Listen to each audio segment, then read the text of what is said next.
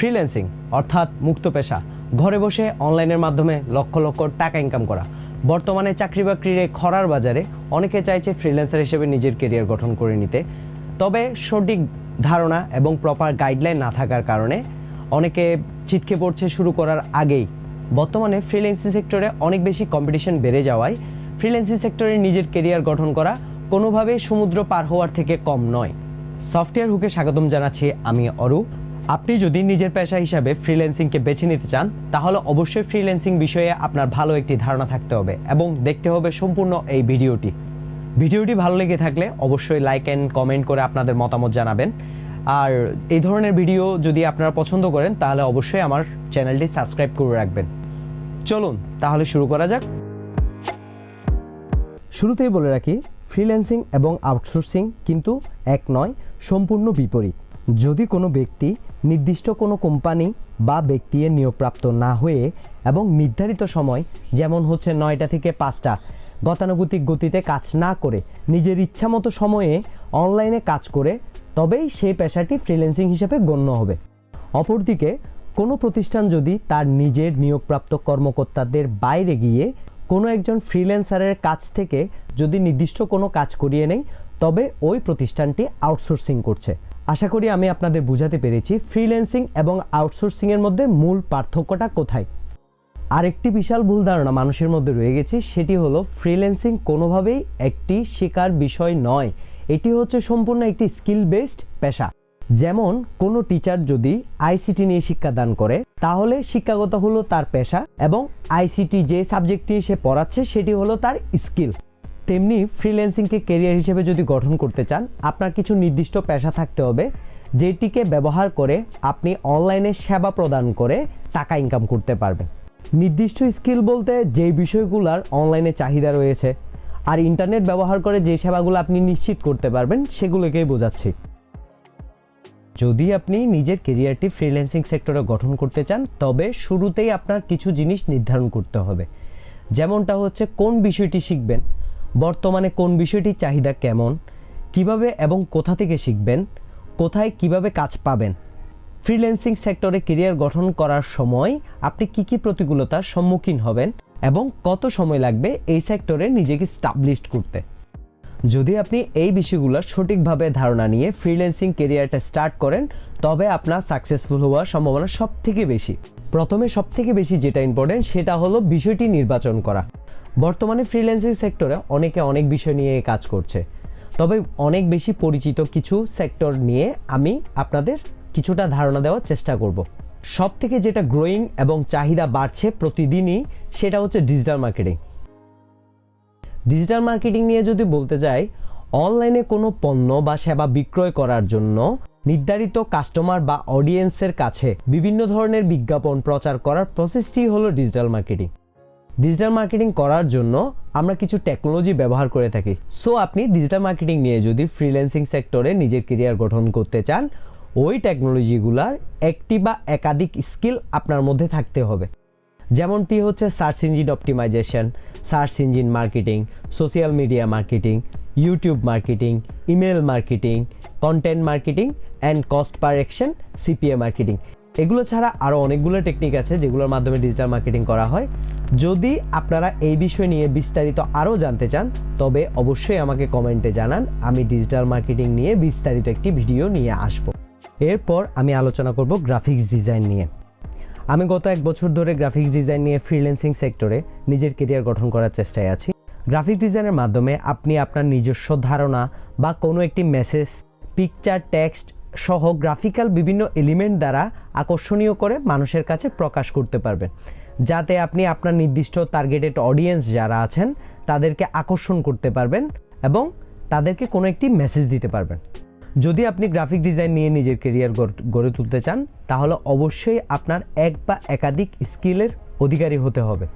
যেমনটা হচ্ছে brand identity design, যেটার মধ্যে আপনি লোগো ডিজাইন শিখতে পারেন, business card design, letter head design এবং এছাড়াও আরও কিছু আছে যেটা হচ্ছে ব্র্যান্ড আইডেন্টিটি ডিজাইনের মধ্যে পড়ে।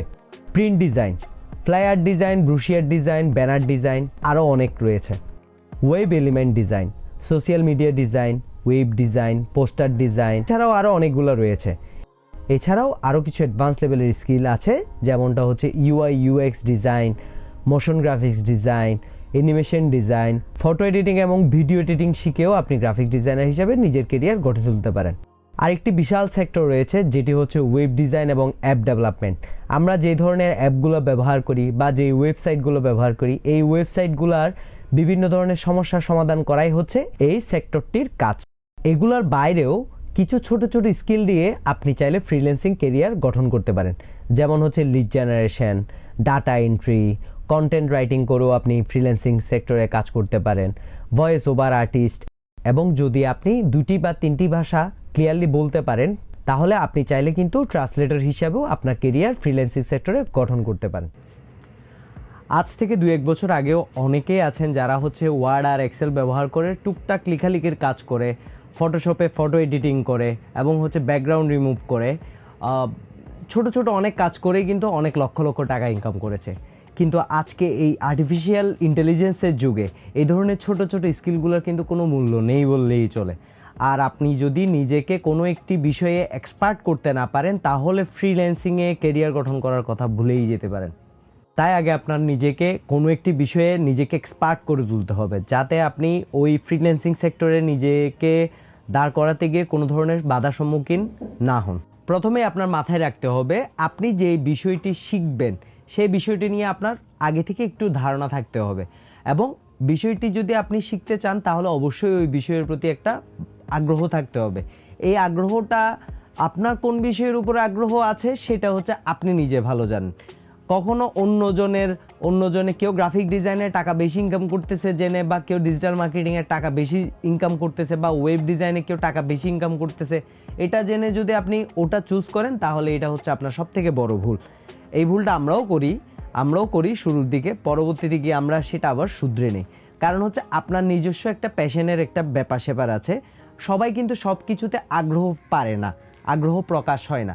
সো আপনি যখন বিষয়টি কিছুদিন যাওয়ার পরেই দেখবেন আপনি আগ্রহ হারিয়ে ফেলেছেন এবং আপনি আপনার কেরিয়ারটিকে বেশি দূর এগিয়ে নিয়ে যেতে পারবেন না। অনলাইনে বিভিন্ন প্ল্যাটফর্ম আছে যেখানে আপনি জানতে পারবেন প্রত্যেকটি বিষয় নিয়ে। তারপর সিদ্ধান্ত নিন আপনি কোন বিষয়টি শিখবেন। সেটার জন্য আপনি অনলাইনে এবং অফলাইনে অনেকগুলো ক্লাসেস পাবেন। এবার আসুন তাহলে জেনে নেই কাজ শেখার পরে আপনি কোথায় কাজ পাবেন। কাজ শেখার পর কাজ পাওয়ার জন্য আপনার অনেকগুলো ওয়েবসাইট আপনি পাবেন, যেগুলোকে আমরা অনলাইন মার্কেট প্লেস বলি বা ফ্রিল্যান্সিং মার্কেট প্লেস বলে থাকি। বহুল পরিচিত কয়েকটি মার্কেট প্লেসের মধ্যে সবার শীর্ষে রয়েছে হচ্ছে ফাইবার, আপওয়ার্ক, freelancer.com, তারপর হচ্ছে পিপল পার আওয়ার, guru.com। এছাড়াও আরও অনেক কিছু আছে স্পেসিফিক স্কিলগুলোর জন্য স্পেসিফিক কিছু মার্কেট প্লেস কাজ করে, যেমন হচ্ছে ডিজিটাল মার্কেটিংয়ের জন্য সিও ক্লার্ক, তারপর হচ্ছে গ্রাফিক ডিজাইনের জন্য GraphicRiver, 99 design, Designhill, অনেকগুলো আপনি ওয়েবসাইট পাবেন। আগে কাজটা শেখার পরে আপনি চাইলে কিন্তু ফাইবার, আপওয়ার্ক, তারপর হচ্ছে পিপল পার আওয়ার, এগুলো দিয়ে কাজটা শুরু করে দিতে পারেন। পরবর্তীতে আপনি নিজেই ফাইন্ড আউট করবেন অনেকগুলো ওয়েবসাইট রয়েছে কাজগুলো করার জন্য। কত সময় লাগবে? অনেক ইম্পর্টেন্ট একটা কোয়েশ্চেন। অনেকে চায় হচ্ছে 1 দিন বা 2 দিন বা 5-6 মাসের মধ্যে শিখে টাকা ইনকাম করতে পারবেন। আসলে এটা নির্ভর করে আপনার শেখার ইচ্ছা, আগ্রহ, কতটুকু সময় এবং ডেডিকেশন দিয়ে আপনি কাজটাকে শিখতেছেন। আর হচ্ছে যতক্ষণ পর্যন্ত আপনি নিজেকে স্কিল করতে না পারবেন, স্কিল না করে যদি আপনি মার্কেট প্লেসে মুভ করেন তাহলে কিন্তু মার্কেট প্লেস আপনাকে গ্রহণ করবে না। আপনি অতি দ্রুত নিজের আগ্রহ হারিয়ে ফেলবেন এবং হচ্ছে মার্কেট প্লেসে আপনি কোনো একটা প্লেস পাবেন না। তাই আপনাকে অবশ্যই খেয়াল রাখতে হবে প্রথমে নিজেকে কোনো একটা বিষয়ের উপরে এক্সপার্ট করতে হবে, তারপর গিয়ে আপনি মার্কেট প্লেসে যান, তখন দেখবেন যে হচ্ছে সাকসেসফুল রেটটা অনেক বেশি বেড়ে যাবে। এবার আসুন জেনে নিই কী কী প্রতিকূলতার সম্মুখীন হতে পারবেন। ফ্রিল্যান্সিং সেক্টরের সবথেকে বড় প্রতিকূলতা হচ্ছে সেটা হচ্ছে সময়। অনেকেই হচ্ছে সঠিকভাবে সময় দিতে পারে না বা আগ্রহ হারাই ফেলে, এই কারণে কিন্তু ফ্রিল্যান্সিং সেক্টরে নিজের কেরিয়ারটা বিল্ড করতে পারে না। কিন্তু আপনি যদি ডেডিকেশন দিয়ে, সময় দিয়ে, ধৈর্য ধরে কাজটাকে শিখেন, শেখার পরে যদি আপনি মার্কেট প্লেস নিয়ে ভালো একটা আইডিয়া থাকে এবং যদি মার্কেট প্লেসে লেগে থাকেন তাহলে আপনি অবশ্যই সাকসেসফুল হবেন। এছাড়াও আরও কিছু প্রতিকূলতা রয়েছে, তবে আমি ভিডিওটি আর বড় করব না।